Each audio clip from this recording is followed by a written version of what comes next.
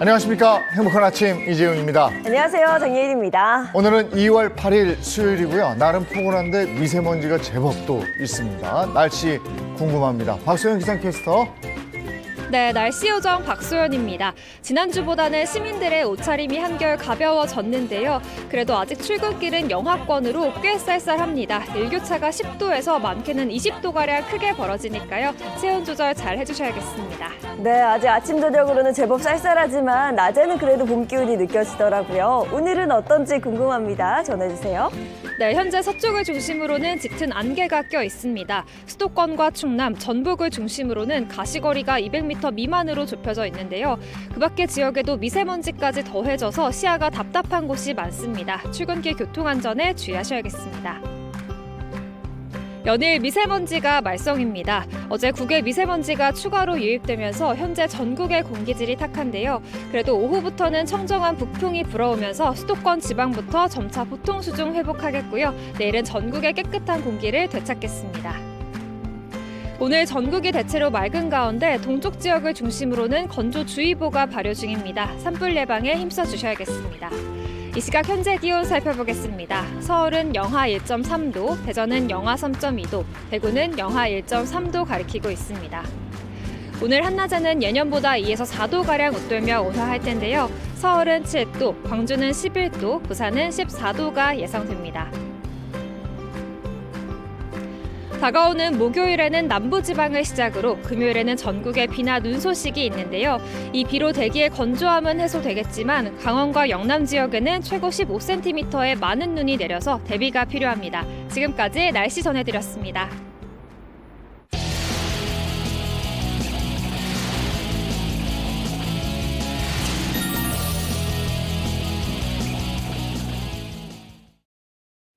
화제 이슈를 발빠르게 전해드리는 모닝 브리핑 순서입니다. 김성환 시사평론가와 함께합니다. 어서 오세요. 네, 안녕하세요. 네, 안녕하세요. 네, 첫 번째 이슈부터 전해주시죠. 네, 첫 번째 이슈는 전주환 징역 40년 선고입니다. 신당역의 화장실에서 스토킹하던 여성을 살해한 전주환이 1심에서 징역 40년을 선고받았습니다. 어제 서울중앙지법이 특가법상 보복살인 혐의 등으로 기소된 전주환에게 징역 40년을 선고했고요. 15년간 전자장치 부착 명령도 내렸습니다. 재판부는 피해자에게 스토킹 범죄와 촬영물을 이용한 강요 범죄로 고통을 줬고 고소에 대해서 보복하기 위해서 살해했다. 엄중한 처벌이 불가피하다 이렇게 얘기를 했는데요. 그러니까 전주환은 이미 스토킹 혐의로 징역 9년의 선고를 받은 바가 있기 때문에 전체 형량은 49년으로 늘어난 상황입니다. 네, 신당역 살인 사건의 1심 결과가 나왔습니다. 중형이 40년이란 중형이 선고되긴 했지만 지난 공판에서 검찰이 사형을 구형한 것과는 다른 결과거든요. 이유가 있을까요? 재판부는 대법원 판례를 근거로 제시했는데요. 우리나라에서 사실은 요즘에 사형을 선고하는 경우는 극히 이례적입니다. 그러니까 대법원 판례를 보면요. 사형은 인간의 생명을 영원히 박탈하는 형벌이라는 점에서 사형을 선고할 때는 나이와 직업, 전과, 범행 동기 등을 철저히 따져서 양형 조건을 철저히 따진 다음에 심리에서 판단해야 한다 이렇게 판시를 하고 있거든요. 그러니까 재판부는 벌금에 외에 다른 전과가 없고 자신의 범행을 인정하고 자책하는 모습을 보여주는 등 잘못을 개선할 가능성이 전혀 없다고 볼 수 없다 이렇게 판단을 했습니다. 그러니까 앞서 징역 9년을 선고한 점도 고려했다 이렇게 밝혔는데요. 그러니까 전주환의 나이가 지금 30대 초반입니다. 그러니까 만약에 징역 49년이 형이 확정이 된다고 하면은 80이 훨씬 넘는 나이에 아무래도 만기 출소할 수밖에 없거든요. 네. 그러니까 사실상의 종신형을 선고하는 효과가 나타날 것이다. 이런 점도 아마 고려한 것으로 보입니다. 네, 항소심이 진행되고 있기 때문에 끝까지 지켜봐야 되겠고요. 다음 이슈 전해주시죠. 다음 이슈는 담임 기피 현상입니다. 그러니까 일선 학교 현장에서 교사들이 담임을 기피하는 현상이 확산하고 있다고 합니다. 그러니까 한국교육개발원 통계를 보면요. 지난해 전국 중고교 담임 약 11만 명 가운데 기간제 교원이 27%가 넘게 차지를 하고 있다고 합니다. 그러니까 10년 전에 한 15% 수준이었거든요. 매년 한 2에서 3%포인트씩 늘어나다가 결국은 지금 30%에 육박하는 이런 현상이 나타나고 있는 건데요. 그러니까 아직 초등학교는 담임 비율이 기관제의 경우에 한 4%가 안 되지만 초등학교의 경우에도 계속 지금 이 추세가 확산하고 있는 상황이기 때문에 앞으로 초등학교도 기관제 담임 교사가 한 10%나 20%가 될 가능성이 있다, 이렇게 한 전망이 나오고 있는 상황입니다. 네, 이 담임 기피 현상이 심해지면서 기간제 교사가 담임을 맡는 경우가 점점 더 늘어나고 있다고 하는데요. 왜 이렇게 담임을 맡기를 좀 꺼려하는 걸까요? 자녀를 지금 이제 학교 다니는 자녀를 둔 학부모님들은 잘 아시겠지만요. 네. 담임 선생님하고 요즘에 카톡 굉장히 많이 해요. 네.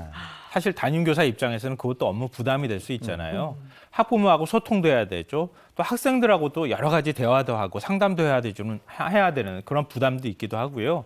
담임교사를 맡게 될 경우에는 행정적인 처리 부담도 굉장히 많습니다. 네. 문서도 만들어야 되죠. 이것저것 해야 될 일들이 굉장히 많이 있거든요.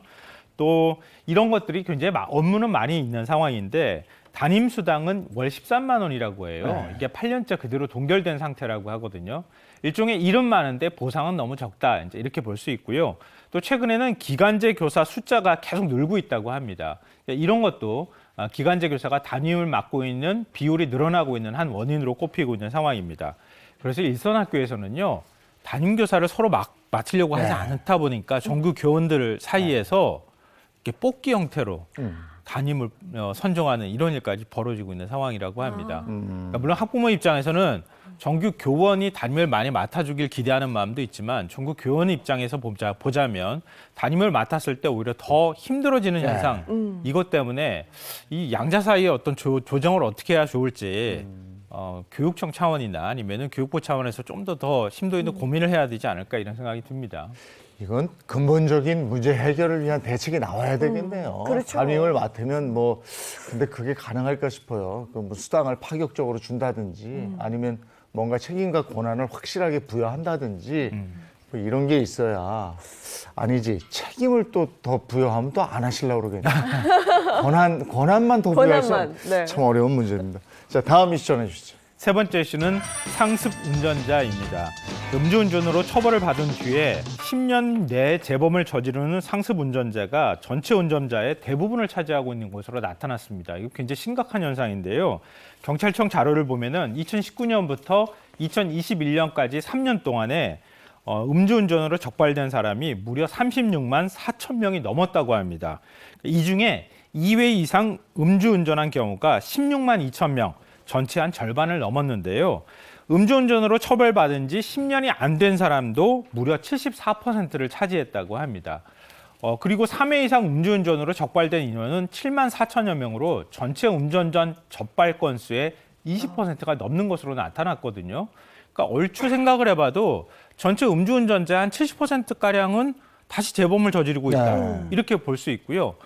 그런 사람들은 계속 뭔가를 교통사고로 낼 가능성이 높은 상황이고 굉장히 그럼요. 위험한 상태에서 운전을 하고 있다. 네. 이렇게 또 볼 수 있을 것 같습니다. 이 상습 음주 운전자가 이렇게나 많다니 충격적인데요. 앞으로 음주운전과 관련해서 처벌이 좀 더 달라져야 되지 않을까 싶습니다. 처벌이 강화되고 있는 상황입니다. 네, 네. 그러니까 앞으로 개정 법률안이 이제 4월에 시행이 들어가는데요. 그럴 경우에는 자칫 음주운전, 특히 상습 음주운전을 할 경우에 집행유예도 선고받지 못하고 바로 실형으로 구속될 수도 있는 상황입니다. 네. 그러니까 현재는 혈중 알코올 농도 0.02% 이상을 음주운전으로 규정하고 있는 상황인데요.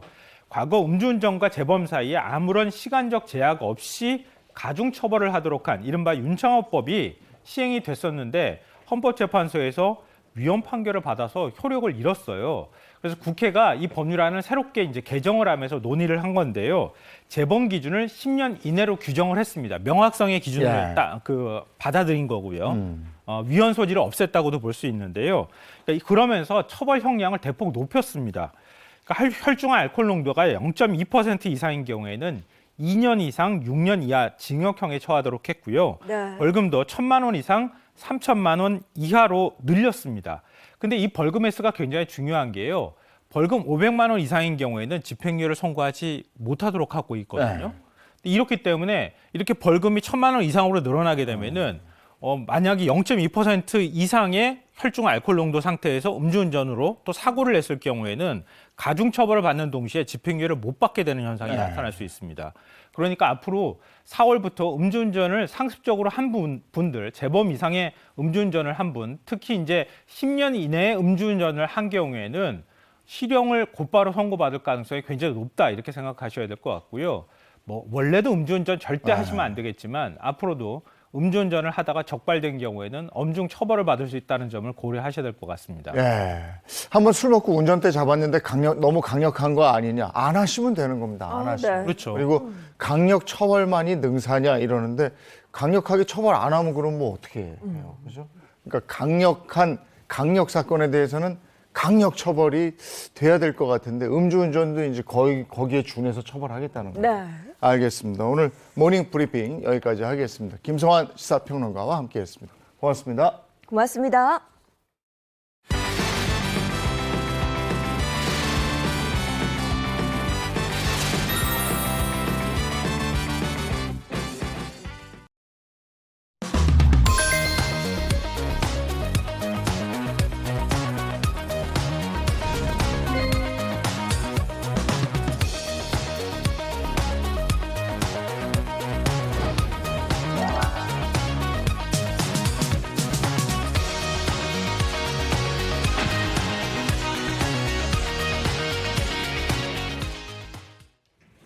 한 주간의 연예 소식 알아봅니다. 연예 라이브 시간입니다. 네, 오늘도 반가운 세 분과 함께합니다. 인사 먼저 부탁드려요.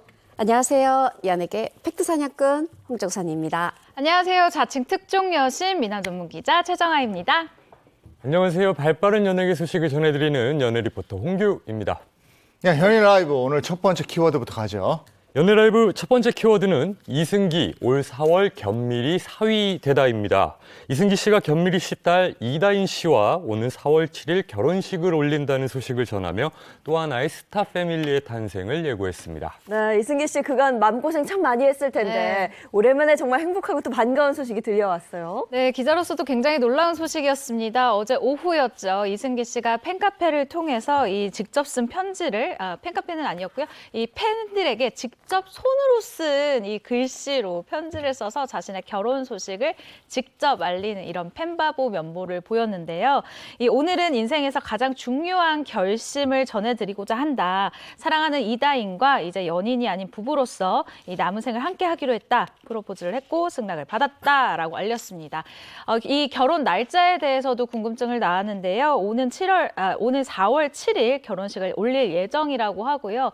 드디어 정말 2년여 만에 이 같은 길을 걷기로 한 두 사람에게 이 축하의 메시지가 이어지고 있습니다. 예비 처형인 배우 이유비 씨, 이다인 씨 언니죠. 이유비 씨는 하트, 박수, 그리고 이 엄지척 축하 등 이 이모티콘으로 댓글을 남기면서 두 사람의 결혼을 축하했고요. 또 이승기 씨의 절친인 이민호 씨 같은 경우에는 이게 무슨 이승기가 결혼해줄래 부르는 상황이냐라고 이 히트곡을 언급을 했는데요. 이승기 씨가 또 여유만만하게 이렇게 댓글을 달았습니다. 안 그래도 래퍼 한 명 필요한데 어때? 라고 답을 해서요. 실제 이승기 씨 결혼식 어떤 분들이 등장을 할지도 굉장히 기대가 모이고 있습니다. 그래서 이제 이승기 씨가 견미리 씨 사위가 되는 거예요. 맞습니다. 사실 이제 이승기, 이다인 두 사람의 열애설 불거졌을 때부터 이때 사람들이 그러면 이다인이 누구? 견미리 씨의 둘째 딸 이유비 씨의 동생 이러면서 이제 화제가 됐었죠. 사실 뭐 단아하게 배우로서도 차분한 그런 이다인 씨인데요. 이승기 씨도 이제 결혼해 보면 장모가 견미리 씨, 처형이 이유비 씨, 본인도 또 가수만 하는 게 아니라 배우도 하다 보니까 아내도 그렇고요. 정말 스타 가족이 탄생하는 그런 상황인데요. 박수홍 씨도 그렇고 이렇게 조금 어려운 일 겪을 때 나한테 제일 중요한 사람 내 편이 누구냐 이게 좀 보이는 것 같아요. 그래서 저는 결혼 이 결심에도 좀 영향을 주지 않았을까 생각을 해봤습니다. 네, 그런데 이 두 사람 과거에도 결혼설이 있지 않았나요? 네, 맞습니다. 지난해 8월이었는데요. 이승기 씨와 이다인 씨가 이미 경제적인 부분을 공유하고 있다라는 이 기사가 나오기도 했습니다. 이게 어떻게 된 일이냐? 이승기 씨가 일단 2020년에 약 56억 원을 주고 매입한 성북동 단독 주택이 있는데요. 이게 새로운 사업장으로 등록이 됐었어요. 근데 이 사업장에 사내 이사로 이다인 씨 이름이 올라가 있었던 거죠. 그러면서 자연스럽게 이미 지난해 결혼설이 불거지기도 했습니다. 하지만 당시 결혼설에 대해서 이다인 씨 소속사 측에서는요, 사생활이라 이게 확인이 어렵다라고 이 조심스러운 모습을 보였고요. 결혼설도 마찬가지다라는 입장을 보였습니다. 하지만 이 언론 보도 후에 8개월 후에 두 사람이 결혼을 한다라는 사실을 이승기 씨가 직접 발표하면서 이 사실이 됐죠. 네, 부부로 결실을 맺기까지 무슨 시련도 좀 있었다면서요?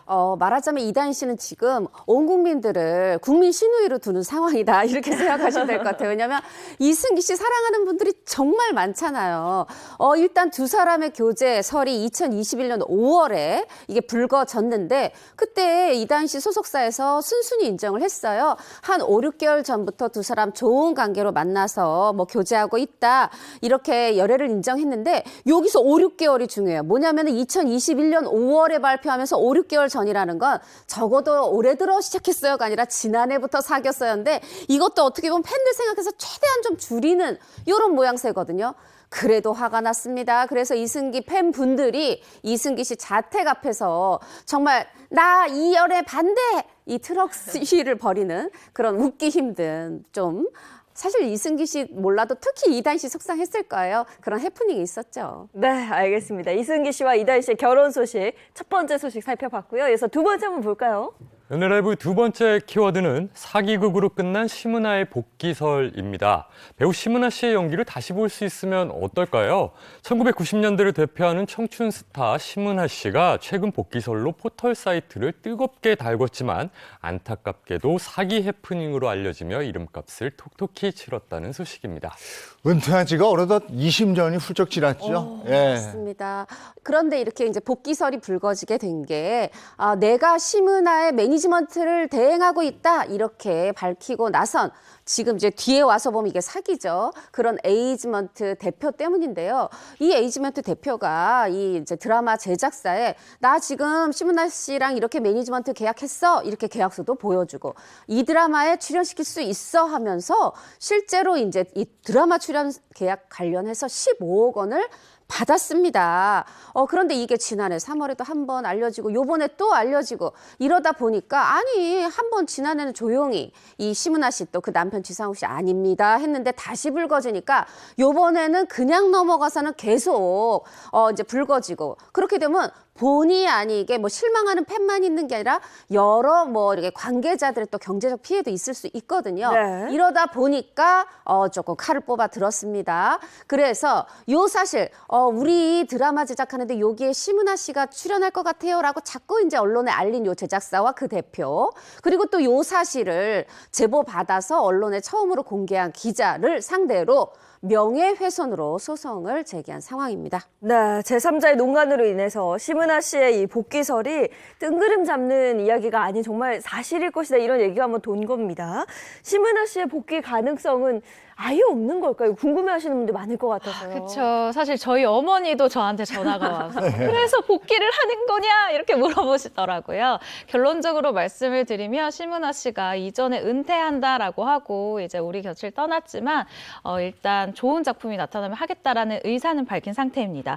이 심은하 씨의 복귀설 자체는 제3자에 의해서 사기로 발각이 됐지만요. 과거 은퇴를 결국 번복하고 이제 나 등장할 수도 있어요라는 희망을 안겨준 건데요. 심은하 씨 한 매체를 통해서 드디어 직접 입장을 밝혔는데요. 좋은 작품과 함께 좋은 모습으로 뵐 수 있는 그날이 오면 좋겠다라면서 이 복귀 가능성에 대한 여지를 남겼습니다. 저도 90년대에 심은하 씨 드라마 맨날 봤거든요. 왜냐하면 그때 M이라는 드라마가 있어요. 맞아요. 그 드라마 끝나고 바로 제가 1분 뉴스입니다. 이러고 뉴스를 매일 그 드라마를 봤던 기억이 있고 아마 그 또래들은 심은하 씨 나오면 어떤 연기를 할까 이러고 궁금해해서 만약에 복귀를 한다면 어떨까요?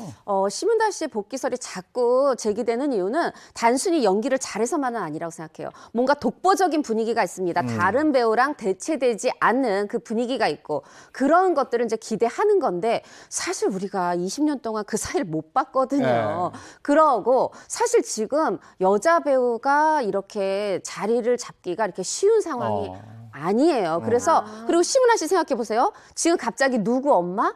누구 이모 고모로 이렇게 복귀해서는 이게 되는 배우가 아니거든요. 정말 그를 위한 단독의 정말 좋은 작품 있지 않고서는 예를 들면 얼마 전에 타기하신 윤정희 씨가 이창동 감독 만나서 영화 시로 이렇게 오랜만에 복귀하듯이 이렇게 좋은 감독, 좋은 시나리오 있어야 돼요.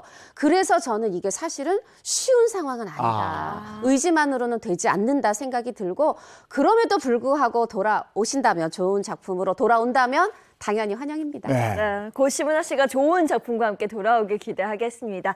자, 이어서 세 번째 연애 소식 키워드를 한번 살펴볼까요? 연애라이브 세 번째 키워드는 홍상수, 김민희 분류는 8년째 현재 진행 중입니다. 홍상수 감독과 김민희 씨가 베를린 국제영화제에 다시 한번 참석을 알리면서 세간의 따가운 시선에도 8년째 일과 사랑을 지켜내고 있는 두 사람의 근황에 관심이 쏠리고 있다는 소식입니다. 네, 홍상수 감독은 뭐 베를린 영화제와의 인연으로 베를린의 남자 이렇게 불리는 사람이잖아요. 박찬욱 감독이 이제 별명이 깐느 박이었는데 베를린 영화제가 유독 정말 홍상수 감독의 영화를 연이어 좀 초청하면서 이런 별명이 붙었다고 봅니다. 이제 베를린 영화제 한 본선 경쟁 부문에 한 20편 정도가 초청이 되는데 처음 시작은 2008년이었어요. 밤과 낮. 그 다음에 한 5년 뒤에 2013년에 누구의 딸도 아닌 해원. 근데 조금 더 받쳐져요. 그 다음에 4년 뒤에 밤의 해변에서 혼자. 여기까지 주루루 경쟁을 갖고 그 다음부터 2020년부터는 아예 쭉쭉쭉 가요. 매년. 2020년에 도망친 여자, 2021년에 인트로덕션, 2022년에 소설과의 영화 이렇게 쭉쭉쭉 오고 이번이 7번째인데 요번에 조금 다르긴 해요. 인카운턴스라는 부분은 경쟁 부분하고는 달라요. 뭐 감독상도 주고 다 주긴 하지만 요거는 새로운 시도를 한 요번에 한 16편이 초청됐더라고요. 그 중에 이제 한 편인데 여하튼 이제 해마다로 보면 7년 그러니까 7편 총 7번이 초청이 됐고 6번이 초청이 됐고 그런데 그 중에 요번까지 7번째죠. 6번 중에 과거 6번 중에서 4번 수상을 했어요. 은검상을 4번 받았는데 뭐 배우상도 있죠. 감독상 있고 각본상 있고 심사위원 대상도 있어요. 이렇게 다양하게 받다 보니까 그야말로 베를린의 남자다 이렇게 불리게 된 것 같습니다. 특히 홍상수 감독과 김민희 씨는 베를린에서만큼은 그 뜨거운 애정을 정말 가감 없이 다 보여주는 걸로 알려져 있거든요. 네, 국내에서는 사실상 뭐 은둔 생활을 한다라는 표현을 써야 될 정도로 김민희 씨 그리고 홍상수 감독의 모습을 보기가 힘들어요. 보더라도 마스크와 정말 뭐 모자, 뭐 머플러로 꽁꽁 싼 모습을 볼 수가 있는데요. 영화에서는 때로는 주연 배우로 때로는 제작실장으로 이 김민희 씨가 홍상수 감독의 옆을 지키면서요. 연인, 뭐 뮤즈 그 이상의 동반자로 8년째 함께하고 있습니다. 그런데 아까 말씀드린 것처럼 국내에서는 은둔 생활을 하는 것과 마찬가지다라고 말씀을 드렸는데 베를린에서만큼은 이 온도차가 굉장히 커요. 커플링을 낀 채 또 손도 잡고요. 이런 스킨십을 하는 모습을 굉장히 자연스럽게 보여주고 있습니다. 이 무대 안팎을 다니면서 당당한 스킨십을 하는 이 무한 애정을 드러내고 있는데요. 네, 여기까지 하겠습니다. 네. 우리가 두 사람을 보는 것도 해외에서 찍힌 사진 이런 게 주로인데 국내에서는 어떻게 살고 있습니까? 뭐 국내에서 사실 홍상수, 김민희 커플을 봤다 이런 목격담 어디 작은 마트에서 나오는 거 봤다 뭐 홍상수 감독이 짐을 다 들었더라 이런 거 하나까지 사실 이렇게 관심사죠. 화제가 되고 있는데 지난해 말 2020년 11월에 한 온라인 커뮤니티에 또 두 사람에 대한 근황이 전해졌어요. 사실 이제 홍상수 감독이 지금 건국대학교 영상영화학과에서 영화연출 전공 교수로 재직 중이거든요. 이 제보를 한 글을 올린 분이 본인의 그 과사무실이 한 건물의 2층에 있는데 그 바로 2층에 이 영상영화학과 홍상수 교수의 이제 교수 연구실이 있는 것 같아요. 그래서 거기 이제 과사무실 자주 갔는데 어느 날 어느 날은 언제냐면 2020년 5월의 어느 날입니다. 딱 과사무실 가는데 그 홍상수의 연구실에서 딱 홍상수, 김민희 두 사람이 딱 나오더라는 거죠. 어떻게 마주쳤는지 본인은 그냥 굳어버리고 말았다는. 그리고 이렇게 내려가는 걸 끝까지 좀 지켜본 모양입니다. 김민희 씨는 이렇게 총총총 계단으로 1층으로 내려갔고 두 사람 차를 타고 가는데 운전을 누가 하는가 봤더니 김민희 씨가 운전하더라. 이런 생생한 목격담을 전했는데 결국 두 사람 뭐 그동안 마트 장 보러 가는 거죠. 그리고 또 이제 서울 상암동에서 두 사람이 영화 촬영하고 있더라. 이런 목격담 한 번 있었는데 요번에는 어떻게 어떻게 보면 이 홍상수 씨의 일하는 것, 또 작업 현장 뭐 이런 곳에 또 직장에 간 거예요. 이렇게 좀 이런 모습도 알려진 바가 있습니다. 저는 이게 좀 궁금한 게 홍상수 감독의 영화에 김민희 씨가 제작 실장으로 참여를 하고 있잖아요. 근데 연기자인데 이 배우에 대한 연기에 대한 그런 미련은 없는 걸까요? 저는 이게 뭐 미련이라던가 뭐 역할이라던가 이런 부분보다는 역할이 김민희 씨가 홍상수 감독 옆에서 더 늘었다. 확장의 개념으로 보고 있습니다. 이 촬영 일정 조율 그리고 로케이션 섭외 그리고 촬영 지원 등 통상 PD들이 하고 있는 역할을 이 영화를 만들 때 제작사 PD가 하는 역할을 김민희 씨가 제작 실장의 이름으로 하고 있어요. 그렇기 때문에 이 엔드 크레딧이 올라갈 때 김민희 씨의 이름이 올라가는 모습을 우리가 볼 수 있고요.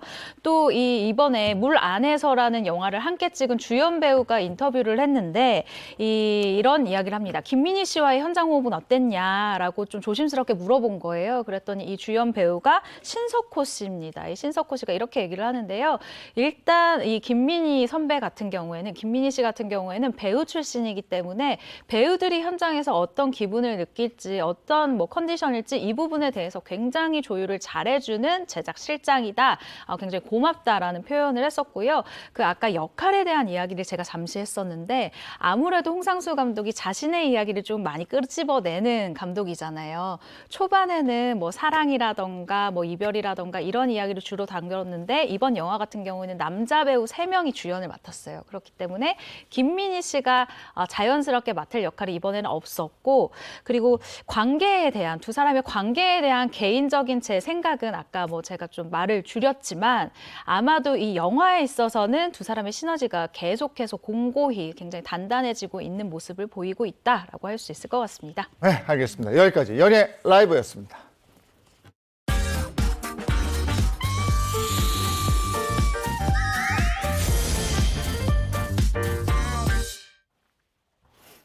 이번에는 대한민국 대표 스타들이 걸어온 길을 되돌아보는 스타 주민 시간입니다. 네, 은규 씨 오늘 스타 주민 주제는 뭐예요? 네, 오늘 주제 소개해드리기 전에 예인 씨한테 질문 하나 드릴게요. 오. 예인 씨는 결혼 전에 꿈꿨던 결혼 생활과 네. 지금 현실의 결혼 생활 어느 정도 일치하세요? 네. 궁금하다.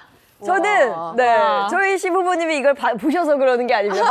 말 더듬지 마시고. 그러는 게 아니라. 아니 정말 저는 일치합니다. 아. 너무 행복하게 살고 있고 네. 오늘 뭐 관련된 이야기 하는 뭐 건가요? 일치가 아니고 네, 더 좋아 보이던데. 관련된 이야기 할 건데 얼굴이 되게 네. 빨개지셨네요. 그래요? 오늘 제가 준비한 주제는요. 뭐 하나 빠지지 않는 완벽한 남편을 만나 10월드가 뭐예요? 이런 질문을 하고 있는 매일매일 휴가처럼 맘 편하게 결혼 생활 중인 스타들에 관한 이야기 준비해봤습니다. 스타 주민 오늘의 주제는 부러우면 지는 거야. 여왕처럼 사는 스타들입니다. 네, 부러우면 지는 거야. 여왕처럼 사는 스타들 누가 있는지 궁금합니다. 알아보죠. 부러우면 지는 거야. 여왕처럼 사는 스타들. 첫 번째 스타 과연 어떤 스타일지 오늘도 눈, 코, 입 사진으로 모아보겠습니다. 함께 보시죠. 어렵다. 모르겠네. 이분은 정말 좀 어렵네요. 모르겠어요. 네, 네. 이분의 밝고 예의 바른 모습이 마음에 들었던 배우 노주현 씨가요. 며느리감으로 이분을 점 찍었다고 합니다. 지금은 홍콩댁이라고 불리고 있습니다. 홍콩 댁이면 네. 홍콩 반점을 하시나? 아니면 홍콩에 사시는 분인 것 같은데 노주현 씨가 며느리를 근데 그래서 며느리가 됐어요? 아쉽게도 노주현 씨의 바람은 이루어지지 못했는데요. 왜냐하면 노주현 씨가 이분에 대해서 꼼꼼히 알아봤는데 노주현 씨 아들보다 일단 나이가 많다는 점과 남자친구가 있다는 사실을 알고 일찌감치 포기했다고 합니다. 저는 홍콩댁이라고 하니까 배우 김정은 씨가 딱 떠오르는데 근데 이 사진과 매치가 되진 않거든요. 저 김정은 씨 얼굴은 아니네요. 네. 그렇죠? 맞아요. 김정은 씨도 홍콩댁 맞지만은 이분은 김정은 씨보다 더 먼저 홍콩댁이 된 분이시고요. 네. KBS 아나운서 출신 방송인입니다. KBS 아나운서 알겠네요. 출신 네. 방송인인데 홍콩 살아요? 네. 예능도 많이 하시고. 그쵸, 딱 나오죠, 뭐. 거기가 가만있어 봐요. 현대가로 시집간 분도 한 명이 있고 또 마치 그쵸. 갔다가 또 마지막에 다른 길로 빠져나가요. 아, 그분은 여기 사나? 바로 알려드리겠습니다. 부러우면 지능과 여왕처럼 사는 스타들 첫 번째 주인공 방송인 강수정 씨입니다. 강수정 씨. 예상이 맞았네요. 네. 강수정 씨가 홍콩에서 여왕처럼 살아요? 일단 강수정 씨 2008년도 홍콩에서 결혼식을 올렸습니다. 올해로 결혼 15년 차가 됐는데요. 결혼하고 나서 지금까지 갑각류, 새우, 네, 뭐 이런 것들을 한 번도 내 손으로 이렇게 아프게 까본 적이 없다라고 얘기를 할 정도로 이 남편이 엄청난 사랑꾼이라는 사실, 그리고 여왕처럼 살고 있다라고 전했는데요. 이런 모습을 또 너튜브로 통해서 이렇게 공개를 하기도 했어요.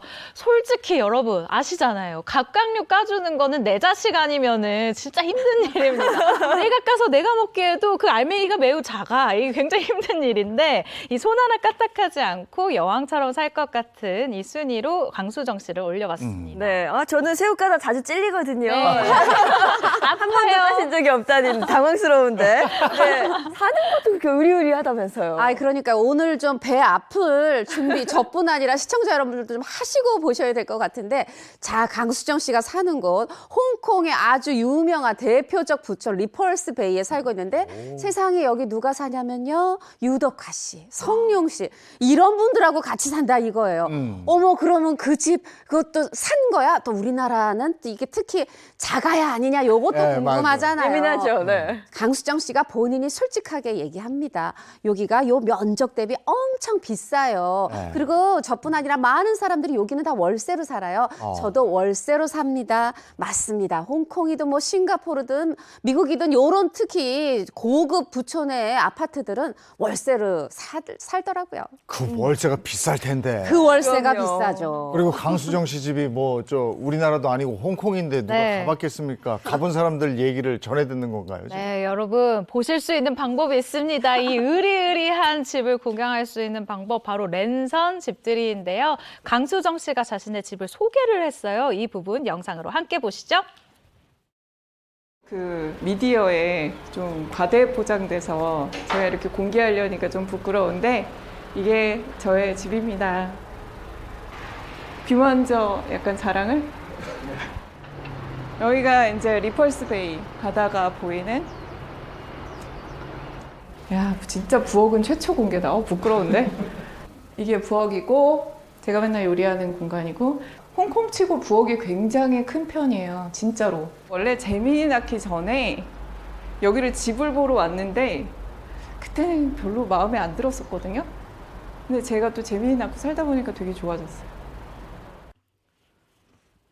아들과 함께 또 추억이 쌓인 집 같은데 강수정 씨가 아들을 굉장히 어렵게 얻지 않았어요? 맞아요. 한 라디오에 출연해서 본인이 얘기를 했었어요. 어렵게 아이를 얻다 보니까 이게 사랑이구나, 이게 행복이구나 알게 됐다. 아주 아들에 대한 각별한 애정을 뭐 숨김없이 드러냈었는데, 사실 이 귀한 아들 얻기 전까지 강수정 씨가 3번의 유산, 6번의 시험관 시술을 거쳤고 그래도 되지 않았다고 해요. 그래서 정말 이젠 안 되나 봐 하고 포기한 순간에 이렇게 아이가 찾아온 거예요. 그렇게 해서 강수정 씨의 삶의 최고의 정말 최대의 의미가 됐다고 하는데, 제 주변에도 보면 이상하게 이렇게 좀 노력을 하다가 요 어떤 인공적인 시술이라든가 이런 게 안 돼서 포기한 순간에 마음 내려놨을 때 이렇게 또 귀한 자식이 손님처럼 오더라고요. 이게 마음이 편해지니까 얻고 맞아요. 이렇더라고요. 그렇죠. 네. 그리고 아까 그 집 보니까 홍콩 되게 조그맣게 살거든요. 근데 홍콩에서 저런 뷰에 저렇게 넓은 집에 사는 거라 사람들이 홍콩에서 호화 생활한다 이런 소문 났었잖아요. 그러니까요. 그렇기 때문에 말씀처럼 루머가 나왔습니다. 네. 뭐냐? 강수정네 집에 가사 도우미가 6명이래. 라는 소문이 한국에 싹 돈 거예요. 이에 강수정 씨가 이렇게 대답을 했습니다. 결혼 후에 혼자서 집안일을 일단 다 했는데 한국에 이제 방송 출연 때문에 올 때가 있대요. 그러면은 남편이 아이를 주로 봐주고, 남편도 이제 낮에는 회사를 나가야 되니까 이 도우미 한 분의 도움을 받고 있다라고 밝혔습니다. 그리고 신혼 초에 강수정 씨 기사 엄청 많이 난 거 있었어요. 강수정 100만 원짜리 커피 마신다. 재벌집 시집 갔다. 이런 거였는데 이게 뭐였냐면요. 알고 보니까 강수정 씨가 100만 불짜리 야경이 보이는 곳에서 2,000원짜리 커피를 마신다라는 이야기였는데 이게 강수정이 100만 원짜리 커피를 마신대. 이렇게 와전이 됐었다고. 네. 그런 거 절대 아니다라고 해명을 한 바가 있습니다. 아, 이 얘기 들어보니까 작은 이야기들이 좀 크게 부풀려지고 살이 더 붙는 것 같아요. 강수정 씨도 말도 안 되는 루머에 억울할 때도 정말 많이 있지만 무관심한 것보다는 낫다고 생각한다며 지냈다고 합니다. 또 구구절절하게 해명하면 일만 더 괜히 부풀리는 것 같아서 마음고생한 바를 토로한 적이 있습니다. 강수정 씨는 결혼할 때도 재벌하고 결혼한다 뭐 이런 소문 나오고 그러지 않았어요? 맞아요. 특히 이제 그 전에 이제 아나운서 분들이 실제로 재벌가의 자제와 결혼한 적이 있기 때문에 그렇기도 하고, 아, 지금 뭔가 돈 좀 많게 느껴지잖아요. 이러다 보니까, 야, 강수정 아나운서도 재벌하고 결혼한대. 이런 또 소문이 돌았는데, 이 소문이 맞나봐라는 그런 어떤 증빙? 이렇게 된 어떠한 한 장의 사진이 있었어요. 그것 때문에 더 이 소문이 믿어졌는데, 루머가 믿어졌는데, 뭐냐. 와, 이 결혼식에서 강수정 씨가 목걸이를 했는데, 이게 뭔가 장미의 영향을 받았다 해서, 이름도 있어요, 목걸이에. 장미의 영혼. 뭔가 이 장미 덩쿨이 막 휘 감기면서 장미 한 송이 딱 있는 이 목걸이. 무려 다이아몬드가 591개. 그것도 착 물방울로 정교하게 세팅이 된 이 목걸이가 무려 8천만 원짜리라는 겁니다. 그러다 보니까 뭐 결혼식에 뭐 다른 비용도 아니고 목걸이 하나 8천만 원? 재벌가에 시집 갔네, 결혼했네, 이런 또 소문이 돌았던 거죠. 그러면 소문대로 정말 강수정 씨의 남편은 재벌인가요? 일단 강수정 씨 이야기에 따르면요. 남편은 재벌이 아니라 하버드대 출신이고 그리고 이 금융회사에 다니는 직장인이다라고 밝혔습니다. 그리고 이 재벌설에 대해서 남편분이 이야기를 들었을 거 아니에요. 여기에 대해서 아니 가진 것보다 적게 봐주면 문제인데 뭐 더 크게 봐주는 게 뭐가 문제냐. 내버려 두자라고 얘기를 했다고 합니다. 하지만 이 강수정 씨와 비밀 연애를 하던 시절 이 비하인드를 들어보면요. 이 영화를 볼 때마다 아예 좌석 한 줄을 다 예매를 한다던가 아니면 강수정 씨가 뭐 뭘 먹고 싶어 할지 몰라서 일식, 양식, 중식, 식당을 전부 예약을 해놨다가 강수정 씨가 저 오늘 파스타 먹고 싶어요 라고 얘기를 하면 나머지 식당을 또 다 취소를 했었대요. 이런 식으로 식당에서는 별로 안 좋으실 것 같은데. 네, 얘기하다 보니까 좀 죄송하네요. 예, 약간 이런 이야기를 했다고 하는데요. 이럴 정도로 강수정 씨를 사랑하는 이 마음이 굉장히 재벌이었다라는 이야기가 있고요. 앞서 소개한 이 장미 덩쿨 목걸이, 다이아가 500개 이상 박힌 이 목걸이, 이것은 개인 소유가 아니라 이 코디가 받아온 협찬이었다고 하고요. 사진만 찍고 그대로 빼갔다고 합니다. 그리고 제가 이 얘기를 듣고 하나 떠오른 생각이 있는데 신동엽 씨랑 예전에 제가 방송을 같이 할 때 신동엽 씨가 이런 얘기를 했어요. 좋은 루머를 굳이 바로 잡아야 할 필요가 있을까? 이런 얘기를 한 적이 있는데 그 강수정 씨의 남편분과 일맥상통하는 이 이야기가 있는 것 같네요. 그러니까 어쨌든 재벌까지는 아니지만 부유하다는 거고. 네. 그렇죠. 그리고 아끼는 맞죠. 마음이 남다르니까 강수정 씨는 여왕처럼 산다. 이렇게 되는 거예요. 맞아요, 맞아요. 예. 부유라는 얘기가 나와서 말인데 이에 대해서 강수정 씨가 본인의 입장을 밝힌 적이 있습니다. 부유라는 말 또 쓰면 사람들이 또 오해해요. 제가 서장훈 씨 정도는 아닙니다. 그렇다고 어려운 건 아니에요. 라고 본인의 입장을 밝혔습니다. 이제 알았습니다. 강수정 씨의 그 부유함의 기준이 부동산만 700억 원인 서장훈 씨가 부유함의 기준인 건데. 정확하다. 너무 높다. 그러면 이 강수정 씨는 남편분은 어떻게 만났을까요?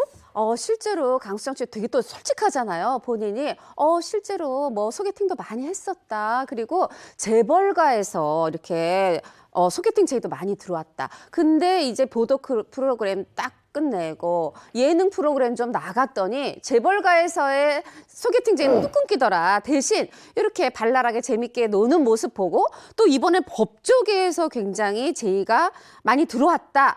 그런데 결국 그런 소개팅 아니고 어떤 아나운서의 소개로 지금의 이 금융맨 남편을 만났다고 하는데요. 제가 보기에는 뭐 재벌 법조계보다 더 좋습니다. 하버드대 출신의 홍콩에서 근무하는 금융맨인데, 자, 이 강수정 씨가 그럼 어떻게 반했을까? 처음에 만났는데 뭔가 이 남편이 날카로운 인상이더래요. 뭔가 예리하고 지적이었나 보죠. 어머, 근데 나 먹으라고 음식을 착착착 쓸어주더라는 거죠. 여기에 마음이 사르르 녹았다는데, 자, 또 이런 거 다 남자분들 배울 수 있어요. 처음에 차라리 차갑게 나쁘게 했다가 이렇게 잠깐 따뜻하게 해주면 또 여자분들이 반한다. 요거 공식으로 생각하시면 안 됩니다. 이거 강수정 씨 남편 얘기예요. 그러니까 강수정 씨의 이상형하고 어느 정도 맞은 모양이네. 아, 네. 지금의 남편분이랑 결혼하기 전에 강수정 씨가 예능계에서 너무 잘 나가는 아나운서였잖아요. 그래서 소개팅 제의가 정말 많이 왔는데 맞선 소개팅만 거의 100번가량 한 이후에 만난 남편이라고 합니다. 그리고 이 남편분을 만나기 전에 강수정 씨가 이 배우자 기도 노트에다가 이런 이야기를 적었대요. 연락 자주 하는 사람, 그리고 손이 좀 큰 사람이었으면 좋겠다. 그리고 174cm 이상이었으면 좋겠다. 이런 아주 세세한 정보들을 적어놨는데 놀랍게도 자신이 적어놓은 이 이상형의 목록 중에 90%가 어울리는 이런 사람이었다고 해요. 안 맞는 10%가 뭐냐? 바로 잔소리라고 합니다. 잔소리를 꽤 많이 한다고 해요. 그런데 앞에 이야기를 쫙 들어보니까 남편분 그냥 사랑의 잔소리가 아닐까 이런 생각이 듭니다. 네, 오늘 방송 배 아픈 분들 많으실 것 같은데 다음 스타는 누군지 또 소개해 주시죠. 부러우면 지는 거야. 여왕처럼 사는 스타들 두 번째 스타 눈, 코, 입 모아보겠습니다. 함께 보시죠. 어렵네요. 바로 알 것 같지 않아요? 난 조금 알겠는데. 그래요? 네. 저는 눈 쪽 보니까 네, 알겠어. 눈. 네. 이분은 연예인으로 데뷔해서 분야별로 아마 안 해본 분야가 없을 것 같습니다. 모델로 데뷔해서 코미디언, 배우, MC 순으로 정말 종횡무진 활약하시는 분입니다. 연예계 데뷔가 모델이라는 건데 모델로 살면서 집에서 또 여왕처럼 누군가 모시고 살고 있다는 거예요. 네. 좀 눈치채신 것 같은데 누군지 아세요? 요즘 공부도 열심히 그럼요, 하고. 그럼요. 공부 열심히. 어우, 한 번에 맞추실 때가 다행이에요. 부러우면 지는 거야. 여왕처럼 사는 스타들 세 번째 주인공 홍진경 씨입니다. 예. 홍진경 씨는 홍진경 씨. 저는 김치의 여왕인 줄 알았는데 실제로 여왕처럼 그렇게 살아요. 네, 맞습니다. 우리가 이 평창동을 얘기할 때 우리나라 전통 부촌이다 이렇게 설명을 네. 하잖아요. 홍진경 씨가 바로 이 전통적인 부촌 평창동에서 살고 있었습니다. 최근 한 방송에서요, 정말 재벌가 부럽지 않은 아주 좋은 이 으리으리한 집을 공개를 해서 엄청난 화제를 모으기도 했는데요. 홍진경 씨 집이 일단 3층으로 이루어져 있습니다. 영상으로 준비했는데요. 먼저 우리 주부님들이 가장 궁금해하실 주방부터 공개하도록 하겠습니다. 여기가 이제 메인 주방인데 네. 이야. 이제 보면 와. 저거 많은 그만큼 어머니분들 다가 아니라 로망이에요. 그 앞에요. 원테이블. 네. 다이닝룸이 다 사실 따로 있구나. 너무 부럽잖아요. 그리고 다음에 이어지는 공간은 바로 거실입니다. 거실. 네. 저는 앞서 그 주방이 거실인 줄 알았는데 거실에도 따로예요? 그러니까요. 저게 평창동 집이에요. 네. 여긴 또 약간 저 위에 천장 보면 좀 고풍스러운 느낌도 있고. 통창이네요, 또 통창으로. 네. 뷰가 또 좋다는 거지. 보이질 않네요. 이야. 이게 또 그냥 뷰가 아니고 평창동 뷰는 어떨까 산이 너무 보이네. 궁금한데요. 이 평창동 뷰도 한번 함께 보시죠. 산이 보이는 뷰겠죠. 통창이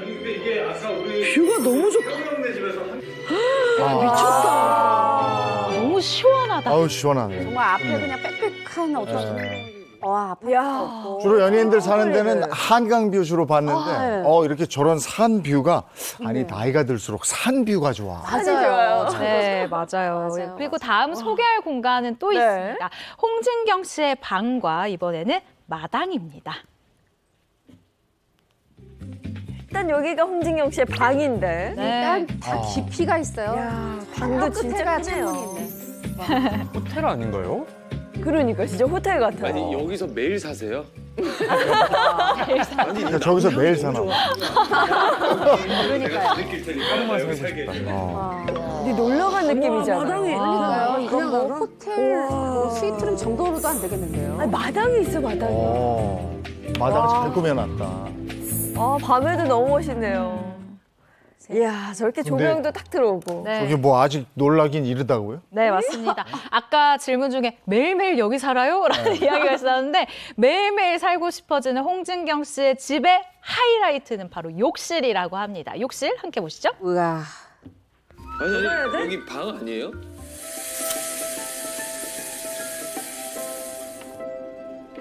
아우, 뭐 흰옥기탕이야. 우와. 우와. 집이 료칸 아니라- 아닙니까? 료칸? 리조트 아니에요, 리조트? 리조트. 냄새? 리조트도 거의 막 통으로 단독으로 빌린. 막 아니 저걸 집 한 채를 거의 뭐 새로 짓듯이 리모델링을 다 한 거예요. 지금. 맞아요. 정말 말씀처럼 으리으리한 이 집 정말 살고 싶은 집인데요. 이런 집에 살면 매일매일이 리조트에 온 것 같을 것 같아요. 정말 부럽습니다. 아니, 배가 저런 벌써 집- 아픕니다. 그러니까요. 매일매일 사냐고 우영 씨가 물어봤잖아요. 네. 저런 집 매일 살면 어떤 기분일까요? 네, 홍진경 씨 이런 집에 매일매일 살아서 진심으로 감사함을 느낀다 이렇게 얘기를 했고요. 왜 어떤 사람은 유달리 막 보석 좋아하는 사람도 있고 뭐 이렇게 명품 가방 좋아하는 사람도 있는데 홍진경 씨는 이 좋은 집에 대한 로망 이게 큰 거라고 그래요. 이렇게 된 사연이 있는데 어렸을 때 장판 찢어지면 이렇게 초록색 테이프 붙이는 뭐 홍진경 씨 나이 때쯤에는 요게 좀 가난한 거였나 봐요. 저 나이 때쯤에는 뭐 이렇게 보통 정도였는데 뭐 그래서 이렇게 하다가 아니 어느 날 2층 집 사는 친구 집에 놀러 갔더니 우리 집이 가난했네. 우리 동네는 다 비슷해가지고 몰랐는데 우리 집이 가난했던 거야? 하면서 나도 좋은 집에 살고 싶다. 이런 좋은 집에 대한 로망이 생겼다는 거예요. 그래서 일찌감치 사실 고등학교 시절부터 데뷔했죠. 그리고 잠자는 시간도 줄여가면서 악착같이 벌어서 이 평창동 집을 떡 마련했다고 하네요. 아, 어려운 시절이 있었기 때문에 그러니까 돈을 벌려고 일찌감치 연예계에 데뷔를 한 거군요. 네, 그렇습니다. 16살이었던 홍진경 씨는 원래 유학을 준비하고 있었다고 해요. 이 아버지가 한의사였는데 이 아버지가 쓰러지시면서 돈을 벌어야 하는 방법을 모색해야 했다고 합니다. 그렇게 이 돈을 벌기 위해서 사실은 슈퍼모델 대회에 나가게 됐는데 너무 다행히 입상을 하게 된 거예요. 그러면서 연예계 생활을 자연스럽게 시작을 하게 됩니다. 어느새 홍진경 씨가 가장으로 돈을 벌어온 지 30년이 넘었다고 해요. 그런데 제가 듣기로는 홍진경 씨의 시댁, 이 재력이 대단하다고 들었는데요. 자, 학교재단 이사장 이런 거 붙으면 백정원 씨 댁도 그렇고 이게 정말 이 알짜배기 부잣집이거든요. 사실 이제 이 홍진경 씨 남편이 2021년에 학교재단 이사장에 취임했는데 이게 뭐 남의 학교재단 아니죠. 당연히 아버님이 세우시고 어머님이 한 30년 동안 이사장 하다 이제 아들한테 요걸 이제 물려준 상황인데 뭐 이 학교재단의 이 자산 규모가 뭐 땅 등등등 다 포함이겠죠. 뭐 수백억 으리으리하다 이런 또 소문이 나 있습니다. 홍진경 씨는 지금 남편분하고 어떻게 만난 거예요? 네, 2003년도에 5살 연상의 남편과 결혼한 홍진경 씨, 사실 남편과의 이 첫 만남이 조금 특별하다고 얘기를 하는데요. 남편과 첫 만남을 이제 소개로 했대요. 그런데 첫눈에 이 남편분한테 반한 거죠. 그래서 홍진경 씨가 돌진을 합니다. 어떻게? 입으로. 첫 만남에 키스를 했는데요. 남편이 이후에 놀라서 도망을 갔었다고 해요. 그런데도 홍진경 씨 3개월 동안 아주 적극적인 애정 공세를 퍼부어서요. 남편분 너무 당황하고 놀랬다고 하고요. 남편분 심지어 이런 홍진경 씨를 피하기 위해서 온갖 애를 썼다라고 설명을 했습니다. 온갖 애를 썼다는 게 만나주지도 않고요. 아. 어디 있는지 내가 진짜 찾아가야지 해도 어디 있는지 알려주지도 않았다고 그래요. 홍진경 씨 자존심이 좀 상했겠죠. 그래 내가 오늘 마지막 단판을 짓겠다 하고 찾아가는데 그날도 어디 있는지 알려주지 않아서 심지어 홍진경 씨가 음식점 10군데를 뒤져서 드디어 남편이 있는 데를 찾아냈는데 이야. 하필 동창회 자리였다고 그래요.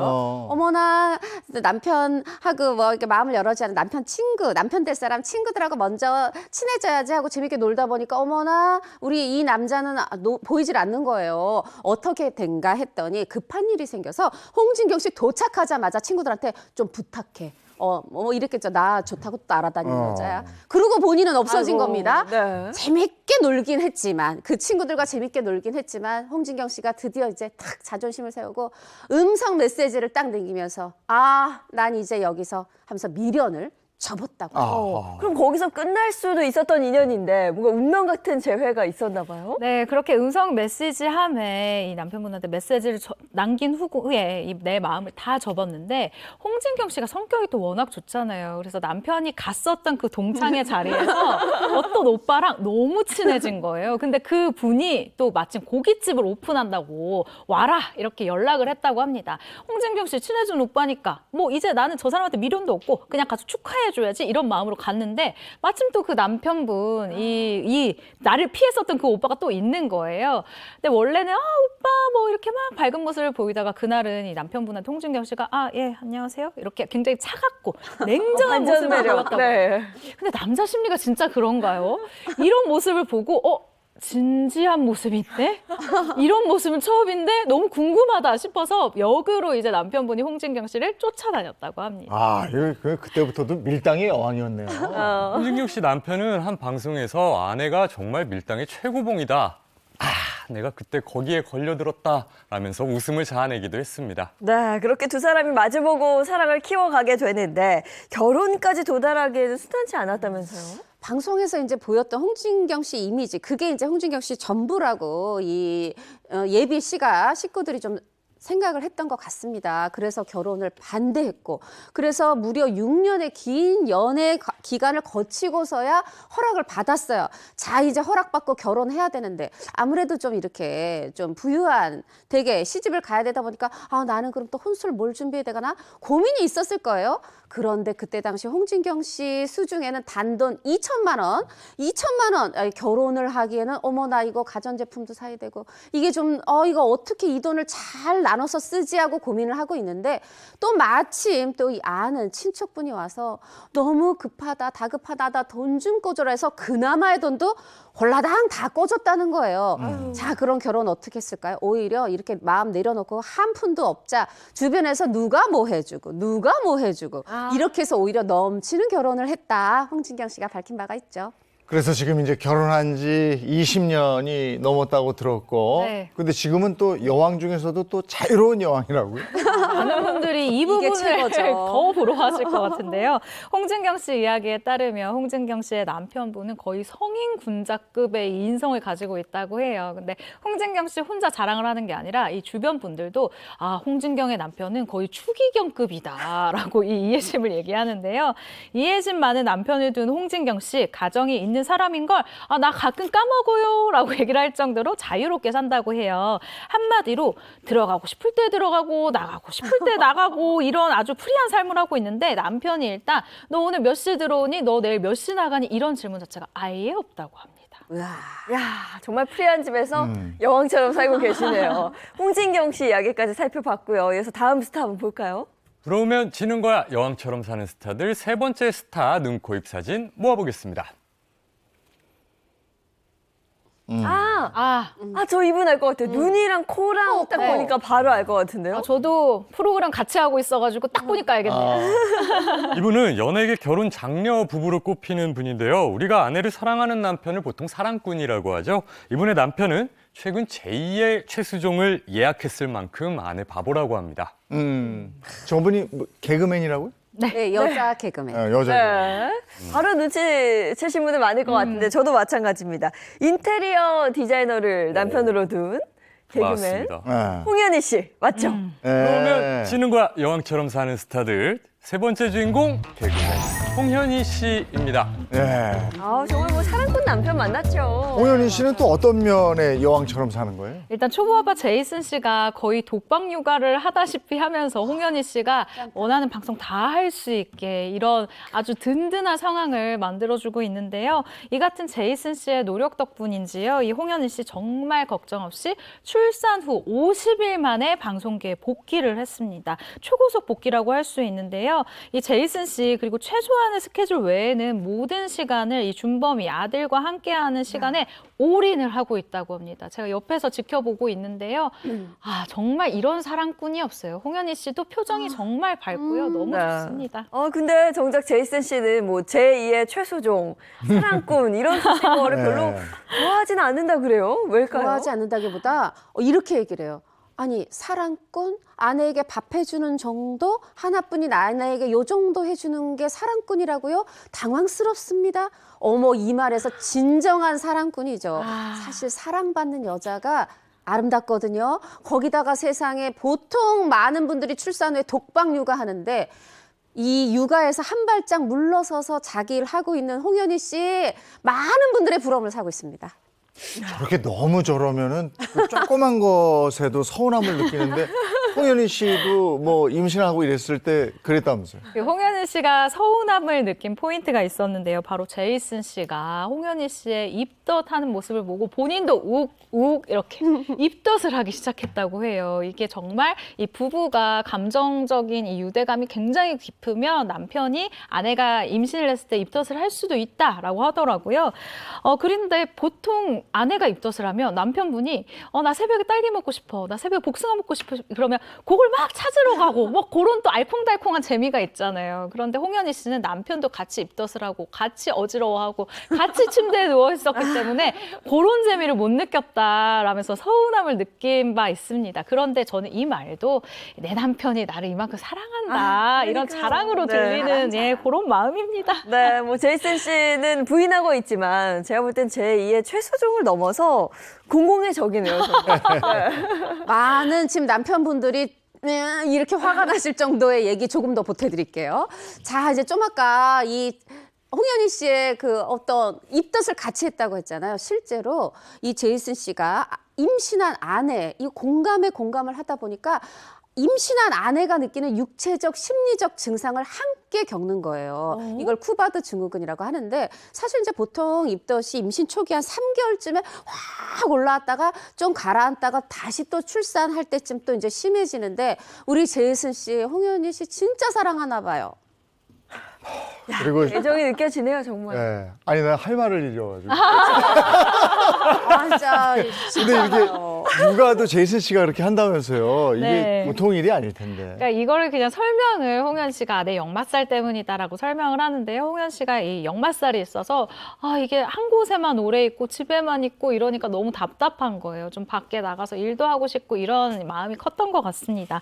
그래서 제이슨 씨가 홍현희 씨에게 아니 자기 몸만 괜찮으면 나가도 된다라고 얘기를 해줬고요. 출산 이 50일 만에 방송에 복귀한 홍현희 씨를 대신해서 아들을 100일까지 데리고 잤다고 해요. 그리고 제가 아까 초반에 저랑 같은 방송을 나오고 있다고 했잖아요. 네. 홍현희 씨가 출산을 하고 그 자리를 비운 제 옆자리가 있었어요. 그 자리를 제이슨 씨가 와서 또 방송을 대신하더라고요. 이 모습을 보면서 두 사람 정말 대단하다. 정말 찐 부부구나라는 생각을 했죠. 근데 이게 어느 정도 큰 다음에는 아빠가 놀아주고 이런 게 있잖아요. 갓난아기를 아빠가 하는 건 정말 이게 쉬운 일이 아니거든요. 정말 쉬운 일이지 아니죠. 우리 여자들도 육아는 처음이라 정말 갓난아이 볼 때 정말 어떻게 보면 힘들기도 힘들지만 이게 정말 막 불안해가지고 걱정되면서 해서 정말 온몸이 쑤시거든요. 우리 제이슨 씨 제대로 육아했더라고요. 어깨가 너무 아파서 병원에 갔는데 딱 아프다는 그 진단이 뭐냐면 독박 육아하는 엄마들한테서 나타나는 그 증상이라고 진단을 받은 거예요. 아니 정말 이것만 봐도 정말 홍현희 씨 진짜 여왕처럼 사는구나. 제이슨 씨가 정말 독박 육아 하는구나. 요 대목이 정확하게 보입니다.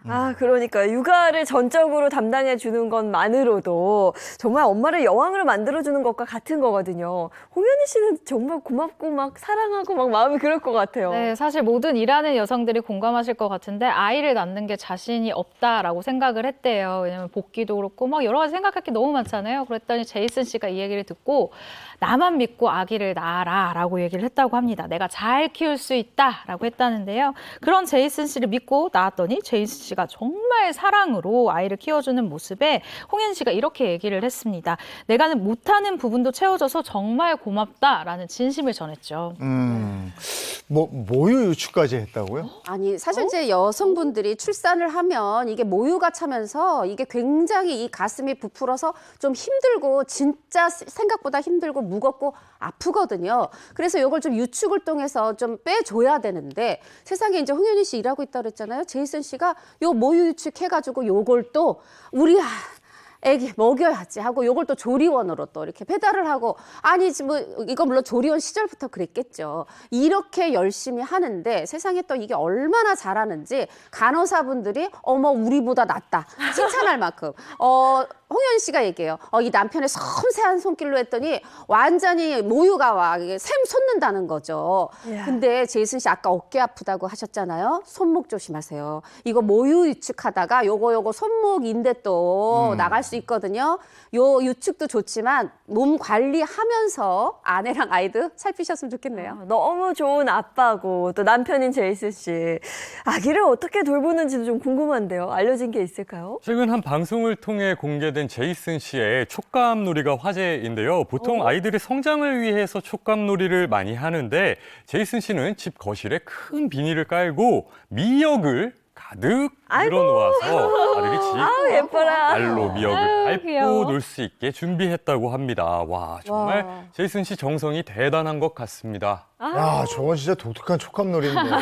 그렇게 아빠가 갓난아기 때부터 놀아줬으면 엄마, 뭐 아이들 이게 먼저 하는데 아빠 이거 먼저 하지 않았을까 싶은데. 맞아요. 홍현 씨 아기는요, 엄마, 아빠 이 단어 중에서 엄마를 먼저 했다고 합니다. 홍현희 씨가 자신의 SNS에요. 이 영상을 하나 공개를 했는데 아기가 침대에서 딸기 치마를 깨물다가 보셨어요? 엄마 이렇게 얘기를 해요. 그래서 이 영상을 본 제이슨 씨가 아빠라고 먼저 말할 줄 알았는데 라고 재치 있는 댓글이 달기도 했습니다. 네, 홍현희 씨는 그리고 뭐 남편 복뿐만 아니라 시댁복도 있어요. 시댁에서 사랑을 그렇게 많이 받는다고요. 그러니까요. 사랑을 많이 받고 있다. 가족이 행복하다 이렇게 얘기해요. 홍현희 씨의 이제 결혼 전 집은 홍현희 씨 얘기가 좀 각자 따로 밥도 먹고 좀 이기적이었다고 해요. 그래서 거실에서 별로 모이질 않았는데 이 시댁은 거실을 많이 활용하더라는 거죠. 얼마나 사랑받고 있으면 본인만이 아니라 본인 친정엄마를 데리고 시댁 거실에 가서 논다 그래요. 같이 밥 먹고 보면은 보통 사돈 사이가 아니다. 정말 시댁 식구들이 정이 많고 푸근한 분들인 것 같아요. 예, 며느리 사랑은 또 시아버지라고 그러잖아요. 네, 홍현희 씨 이 시댁 가족 중에 시아버지만 제외하고 시어머니, 시누이, 제이슨 씨 이렇게 세 분이 키가 거의 똑같다고 해요. 시아버지만 홍현희 씨랑 키가 비슷해서 시아버지가 이런 얘기를 했다는데 이 집에서 나랑 눈 맞춰서 얘기하는 건 너뿐이다라고 얘기를 했었다고 합니다. 그리고 홍현희 씨를 실제로도 굉장히 많이 아껴주신다라고 얘기를 하는데요. 홍현희 씨 역시 제이슨 씨 모르게 아주 통 큰 선물을 해서 화제를 모은 바가 있습니다. 여기서 깜짝 퀴즈 드리겠습니다. 홍현희 씨가 시댁에 남편 모르게 선물한 통 큰 선물의 정체는 과연 무엇일까요? 1번 3,000평 규모의 밭, 2번 유럽 여행 티켓, 3번 SUV 자동차, 4번 세컨하우스. 이건 모르겠네. 그러게요. 원래 농사 짓는 분이에요? 그러면 밭이었을 거고. 그렇죠. 밭일 경우가 좀 여행 좋아하시면 유럽. 여행. 뭘 좋아하시나? 그럼 우리가 취향을 모르니까. 정답은 3번 SUV 자동차입니다. 자동차를 사드렸어요. 자동차? 예. 홍현희 씨가 오래돼 고장도 나고 수리비가 많이 들어가는 시아버지의 차를 고급 SUV 자동차로 바꿔드렸다고 합니다. 홍현희 씨의 통큰 선물에 시아버지 역시 입이 이렇게 찢어지셨다고 하네요. 대단하네요, 홍현희 씨. 알겠습니다. 이어서 다음 스타 누굴까요? 부러우면 지는 거야. 여왕처럼 사는 스타들 네 번째 스타 과연 어떤 스타일지 눈, 코, 입 모아보겠습니다. 역시 모르겠네. 이번엔 정말 이지혜 씨인가? 잘 모르겠네요. 뭔가 알듯말듯하죠. 이번엔 사진만으로는 좀 어렵죠? 네. 이분은 역대 가장 긴 활동을 한 항공사 전속 모델이자 90년대 청초한 이미지로 세월이 비껴간 여배우 중 한 분입니다. 세월이 비껴갔다는 거 보니까 나이가 좀 있다는 건데. 어떻게 돼요? 외모만 봐서는 전혀 모르실 거예요. 올해 5학년 2반이라고 합니다. 그래요? 이분은 동안이라 참고로 못 알아봤네. 이분은 참고로 92년 MBC 공채 탤런트로 데뷔했습니다. 아니 그 항공사 전속 모델 하면 저는 한가인 씨랑 이보영 씨 떠오르는데 이목구비는 좀 아닌 것 같고. 세대에 한 분 네. 있었습니다. 이게 그 두 분 전에. 92년이면 장동건 씨하고 동기네. 사진 보시면 하실 겁니다. 부러우면 지는 거야. 여왕처럼 사는 스타들 네 번째 주인공은 배우 박주민 씨입니다. 박주민 씨. 박주민 씨 보면 진짜 50대라는 사실을 믿기지 않거든요. 한눈에 보기에도 관리의 여왕이다. 관리 정말 잘했다 싶어요. 일단 피부가 애기 피부예요. 맞아요. 일단 나이 들면 정말 피부 그리고 좀 뭔가 분위기가 뭔가 아가씨 느낌이 있어. 아직도 청초해요. 실제 어떤 실물 미인인데 사실 그 관리 이거 재밌습니다. 박주미 씨가 털 관리를 중시한다 그래요. 이 털이 뭐냐면 머리털. 머리털. 눈썹털. 네. 나이가 들면 머리숱이 풍성하고 이 눈썹숱까지도 그래서 박주미 씨 보면 정말 눈썹숱이 풍성하더라고요. 그래야 어려 보인다. 그래서 샴푸도 중요하다 얘기를 하고 또 하나의 관리 비법이 있습니다. 아이크림을 눈가만 바르는 게 아니라 팔자주름도 바르고 입술에도 바르고 입술주름에도 바르고 주름은 생기기 전에 관리하는 게 중요하다. 아이크림 잘 쓰는 거. 우리도 이 정도는 따라할 수 있을 것 같아요. 네. 그리고 박주미 씨도 뭐 재벌가에 결혼했다 이런 얘기가 있었거든요. 네, 연예계에 그런 얘기가 있었죠. 그래서 박주미 씨가 2013년도에 한 방송을 통해서 이야기를 합니다. 여러분이 모두 다 알만한 기업은 일단 아니다라고 얘기를 하면서요. 이 방송이나 매체들에서 과장해서 표현을 한 거다. 그런데 시집을 잘 간 건 맞다. 시어른들이 정말 좋으시다. 내 자식 배고프지 않게 자식들에게 물려주겠다고 정말 열심히 이뤄놓은 곳들이 소문이 좀 크게 난 듯하다 라면서요. 이 재벌가 며느리설에 대해서 해명한 바가 있습니다. 실제는 어때요? 재벌은 아니어도 중견기업을 하는 그런 탄탄한 회사, 그런 집안의 며느리인 건 맞는 것 같습니다. 왜냐하면 이제 결혼할 당시에는 이 남편이 그 피역이라고 그러죠. 가죽 가공업체, 이런 이제 업체에 어떤 2세였어요. 현재는 대표를 역임하고 있는데 최근 그 회사의 매출이 알려졌죠. 연매출 1,300억이다. 자동차의 그 시트에 쓰는 그런 가죽 피역들 납품한다. 이런 내용이 공개가 됐었죠. 박주미 씨가 약간 겸손하게 이야기를 한 것 같은데 중견기업 2세와 여배우의 만남입니다. 두 사람은 처음에 어떻게 만나게 됐을까요? 네, 박주미 씨가 드라마 여인천하에 나와서 굉장히 사랑을 크게 받았을 당시에 지금의 남편을 만났다고 하는데요. 두 사람의 첫 만남 굉장히 로맨틱합니다. 이 남편분이요, 박주미 찾기를 시작을 했다라는 거예요. 남편분이 TV를 보거나 길을 가다가 이 항공사 모델을 보고 너무 예쁘다라고 생각을 하고, 또 예능 소나기에 나오는 사람을 보면서도 저 사람도 너무 예쁘네. 그리고 드라마 허준에 나오는 이 박주미 씨 배우를 보고 저분도 너무 예쁘다라고 생각했는데 알고 보니까 이게 다 같은 사람이었던 거예요. 그래서 이때부터 나 이 사람 만나야 되겠다 해서 인맥을 총동원해서 박주미 씨 아주 자연스럽게 소개팅식으로 만나는 기회를 잡아서 이 같은 이 결혼을 꼴이 나게 됐다고 합니다. 여자들은 이렇게 헤어스타일만 달라져도 같은 사람인지 잘 모르겠어요. 그럴 수 있어요. 화장도 그렇고. 맞아요. 그러면 박주미 씨는 남편분의 어떤 점에 좀 사랑을 느꼈을까요? 촬영장에 샌드위치도 싸다 주고 자양강장제에다가 리본 묶어서 주고 심지어 차로 데이트할 때 춤춰봐. 그럼 춤도 췄다는 겁니다. 이렇게 나한테 열정을 보이는 모습에 반해서 7개월 만에 초스피드 결혼을 했다고 합니다. 근데 박주미 씨는 20년 넘게 시부모님하고 같이 살고 있다면서요? 네, 그런데도 아직 불편하지 않다고 합니다. 일단 결혼 후에 140억 저택을 증여를 이제 받았는데요. 근데 이게 그냥 너희 둘이 살아라는 아니었어요. 시조부모는 물론이고 시부모, 시누이 등과 함께 4대가 한 집에서 동거동락했었다고 합니다. 저는 4대라고 하니까 그럼 아침에 일어나서 화장부터 시작해서 어떻게 해야 되지? 이런 생각에 머리가 벌써 아픈데요. 박주미 씨 오히려 이 대가족이 한 집에 사는 게 너무 편했다고 해요. 왜냐하면 박주미 씨의 원래 이 가정 자체가 이 북적북적한 게 굉장히 익숙한 집안이었다고 해요. 박주미 씨의 아버지가 장남이었었는데 그래서 친할머니를 모시고 살았고요. 또 친척들이 서울로 유학을 오거나 서울에 놀러 올 때가 있으면 항상 또 이 박주미 씨의 집에서 먹고 자고 굉장히 또 시간을 많이 보냈었다고 해요. 그래서 어릴 때부터 대가족에 익숙했기 때문에 시부모님 모시고 사는 거 당연했다라고 대답을 했습니다.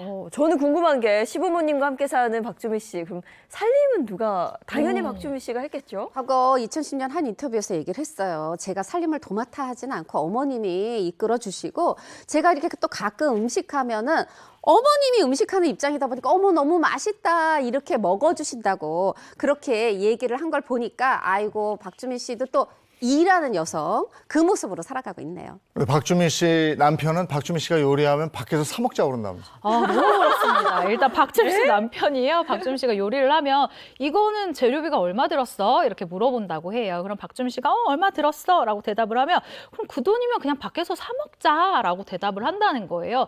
박주민 씨가 재료비가 도대체 얼마나 많이 드는 건지 아니면 그 재료비가 들 거면 차라리 쉽게 외식을 하자라는 남편의 사랑인지 정말 뭐가 됐든 부러운데요. 박주민 씨 남편이 정말 아낀다고 생각이 드는데 박주민 씨도 지지 않습니다. 나 잡채, 샐러드 아니면 뭐 핫도그, 떡볶이, 샌드위치 이런 거 하면은 잘한다고 아주 칭찬을 많이 해준다라는 이야기를 하기도 했죠. 네, 박주민 씨에게는 두 아들이 있는데요. 그게 궁금하네요. 과연 나중에 아들들이 결혼을 해서도 박주민 씨는 함께 살자라고 하실까요? 어떨까요? 맞습니다. 딩동댕. 야, 아니 아들들도 집 두 채로 나가지고 내 옆에 데리고 살고 싶어 이런 소망을 갖고 있더라고요. 아니 나도 부모님이랑 살았는데 나도 내 아들이랑 주변에서 다행히 말려준다고 해요. 야, 그러면 누가 시집와? 안 돼, 안 돼. 박주민 씨 저도 말립니다. 네, 부러우면 지는 거야. 여왕처럼 사는 스타들을 주제로 오늘 얘기를 나눠봤습니다. 고맙습니다. 고맙습니다. 감사합니다. 오늘은 미세먼지에 안개까지 껴서 더 아마 이렇게 좀 모일 것 같아요. 네. 오늘 미세먼지도 조심하시고요. 또 일교차도 크게 벌어진다고 합니다. 체온 관리도 신경 쓰시기 바랍니다. 좋은 하루 보내시고요. 저희는 내일 아침 7시 30분에 돌아올게요. 행복한 아침, 행복한 하루 되십시오. 고맙습니다. 고맙습니다.